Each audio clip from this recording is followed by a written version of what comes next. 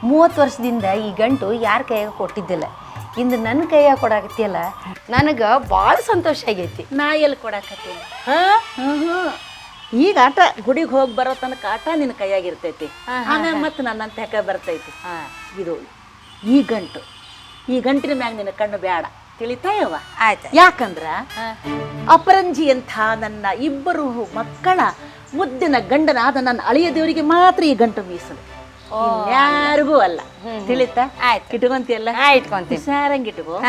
ತಾ ಉದಿನ ಕಡ್ಡಿ ತೋ ಇಟೊಂದ ಎರಡ ತೆಗೆದು ಕೊಡು. ಎರಡ ಸಾಕ? ಎರಡ ಸಾಕು. ದೇವ್ರು ಏನು ಹೇಳ್ಯಾನ? ಏನಂತ? ಎಲ್ಲ ಮಿತವಾಗಿ ಬಳಸ್ಬೇಕು ಅಂತ ಹೇಳ್ಯಾನ. ನೀನು ಇನ್ನೊಮ್ಮೆ ಹಂಗ ದೇವ್ರ ಮುಂದೆ ಬೇಡ್ಕೊಳ್ಳುವಾಗ ಉದಿನ ಕಡ್ಡಿ ಹಚ್ತಿಯಲ್ಲ, ಹಂಗ ಹಚ್ಚಕ್ ಹೋಗ್ಬೇಡ. ಮತ್ತೆ ನೀರಾಗ ನೆನೆಸಿ ಉದಿನ ಕಡ್ಡಿ ಹಚ್ಚು, ಬಾಳ ತೂರಿತೈತಿ. ಹೌದಲ್ಲ? ನಾನು ಹಂಗ ಮಾಡ್ತೀನಿ ಈಗ ಹೋಗಿ.